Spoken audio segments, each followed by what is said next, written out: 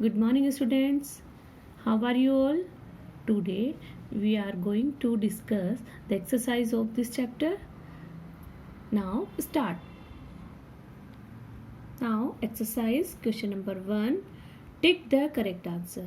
You know these type of question have the many options. First, are 3 water stands in public areas. जहाँ पर ऐसी जगह जहाँ public area में वो वाटर जहाँ पर फ्री मिलता है तो वो कौन सा है बेटा? बावड़ी, ट्यूबवेल, प्याव. तो उसको क्या कहते हैं हम? प्याव. Second, dash are construct to collect rain water to irrigate field. Construct मतलब बनाया जाता है, जो रेन वाटर होता है उसको एक जगह इकट्ठा करा जाता है इरिगेशन के लिए, मतलब सिंचाई करने के लिए फील्ड की. तो उसे हम क्या कहते हैं? Well, tank, canal. क्या कहते हैं? Tanks. Third, the supply of water to the field to grow crop is called. Crop को सप्लाई की जाती है पानी की, मतलब सींचा जाता है फसलों को, तो उस मेथड को हम क्या कहते हैं? एग्रीकल्चर, हॉर्टिकल्चर या इरिगेशन. क्या कहते हैं बेटा? इरिगेशन यानी सिंचाई. Fourth, it is a place of community activity and religious ceremonies. वो प्लेस जहाँ पर कम्युनिटी एक्टिविटीज़ भी होती है और रिलीजियस सेरेमनी भी होती है. वो जगह कौन सी है? बावड़ी, वेल या प्याव. कौन सी है बेटा? बावड़ी. B, fill in the blanks. आप साथ साथ टिक करते जा रहे हैं ना, साथ साथ टिक करते चलो बेटा मेरे. देखो, dash is the purest source of natural water. जो नेचुरल वाटर का प्योरेस्ट सोर्स कौन है? रेन, क्योंकि रेन ही मेन सोर्स भी है आपके पानी का. Second, a tank that has step to reach water is called a. एक ऐसा टैंक या एक ऐसा कुआं जहाँ पर हम स्टेप यानी सीढ़ियों के द्वारा पानी तक पहुँचते हैं, वो जगह क्या कहलाती है? बावड़ी या बावड़ी भी इसे कहते हैं. Third, in India dash and dash are the major source of irrigation. India के अंदर सबसे ज़्यादा सिंचाई करने के 2 मेजर सोर्स कौन से हैं? Wells and tubewells. Question number C, very short answers question. आपको इनके 1 वर्ड्स में आंसर देने हैं. Which is the main source of water for crop. Main source क्या है बेटा पानी का? Rain water. सेकंड, आप चाहे तो इसको 1 लाइन में भी लिख सकते हैं.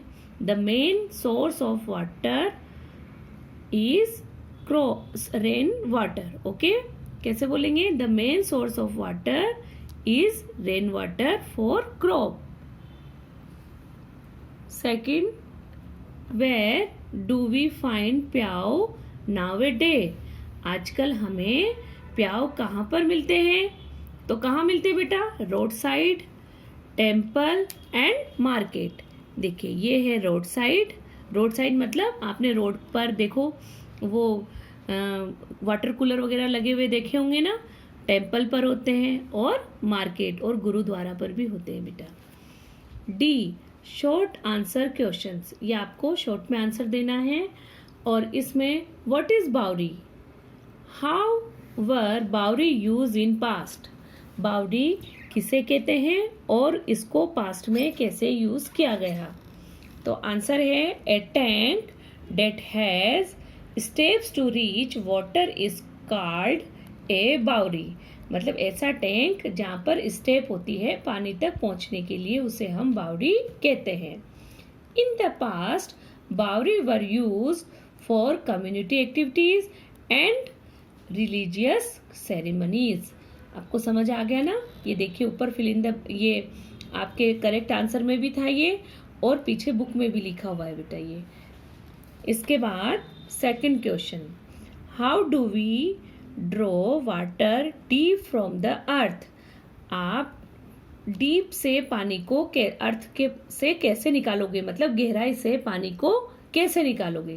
तो आपको आंसर ये यहाँ से लिखना है बेटा, इस जगह से, ठीक है। We draw water deep from the earth by well, tubewell and hand pumps. Okay, ये तीनों नाम आपको यहाँ एंड में लिखने हैं। Third, water is for everyone, it never discriminates between living things. What lesson do you learn from water? वो कह रहा है कि पानी सबके लिए है, ये किसी भी लिविंग थिंग्स के लिए भेदभाव नहीं करता है। तो आपने इससे क्या सीखा? आंसर होगा बेटा, it treats everyone and everything same. ये सभी को सेम तरह से ट्रीट करता है। It naturally give to everyone equally, और ये नेचुरल ही सभी को इक्वली ही प्राप्त होता है। अब नेक्स्ट क्वेश्चन है आपका E, long answer question. First, what is meant by irrigation? आप इरिगेशन यानी सिंचाई से क्या समझते हैं? What are the major source of irrigation? इसके मेन सोर्स क्या हैं? डिस्क्राइब्ड एनी वन, उसमें से किसी एक को आपको डिस्क्राइब करना है। चलिए अब हम आंसर लिखते हैं। आंसर है आपका, supply of water to the field to grow crops is called irrigation. देखो बेटा, उसमें सबसे पहले 3 क्वेश्चन थे। पहले इरिगेशन की डेफिनेशन लिखनी थी, फिर मेजर सोर्स बताने थे, और फिर इन 2 में से किसी एक को डिस्क्राइब करना था। तो ये इरिगेशन की डेफिनेशन होगी। The major source of irrigation are well and tubewell हो गया। अब इन दोनों में से आप किसी एक के बारे में लिख सकते हैं। मैंने यहाँ ट्यूबवेल के बारे में लिखा है। A tubewell is a type of water well in which a deep burrow is made with a drilling instrument. Water is drawn out with the help of an electric pump for irrigation. ठीक है, ये हमने describe किया। इसके बाद second question. Question second, how can we get underground water? Discuss any one of them. ये कह रहा है कि अंडरग्राउंड वाटर को हम किस तरह से प्राप्त कर सकते हैं, किसी एक के बारे में आपको डिस्क्राइब करना है। तो यहाँ देखिए 2 क्वेश्चन हैं, इन दोनों क्वेश्चनों के हम आंसर इस तरह से देंगे। आंसर होगा बेटा सेकंड का, to get underground water a deep dug into the ground is done. मतलब सबसे पहले आप एक गहरा होल करेंगे, ठीक है, where underground water is available, जहां पर आपका पानी होगा। It is taken out from well. किस किस से निकालते हैं हम पानी? Well, head pump, step well and tube wells, इनके द्वारा निकालते हैं। अब इनमें से किसी एक के बारे में आपको डिस्क्राइब करना है। तो मैंने यहाँ हैंड पंप के बारे में डिस्क्राइब किया है। Deep bores are dug into the earth to get underground water. Water is drawn out by using a hand pump. यहाँ जो डग मतलब एक गहरा जो होल किया, उसको हम पानी को बाहर निकालने के लिए हैंड पंप का यूज कर रहे हैं। We have to move the handle of the hand pump and drawn continuously to draw out water. मतलब उस हैंड पंप के जो हैंडल को हम कंटिन्यूसली अप एंड डाउन करेंगे, जिससे कि वो पानी बाहर आ सके। ठीक है बेटा, तो आज हमने ये सारे आंसर और क्वेश्चन हमने कंप्लीट कर लिए हैं।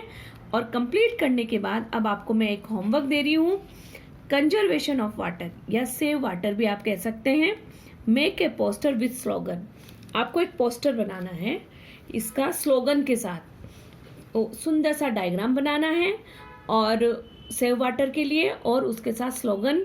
ये जब हम जूम आपकी क्लासेस लेंगे उसमें मैं आपको इसका डिस्कस करूंगी। इसके अलावा जो भी कोई प्रॉब्लम है उसको अंडरलाइन करके रखना, लिख के रखना, ताकि हम उसको सॉल्व कर सकें। जय हिंद।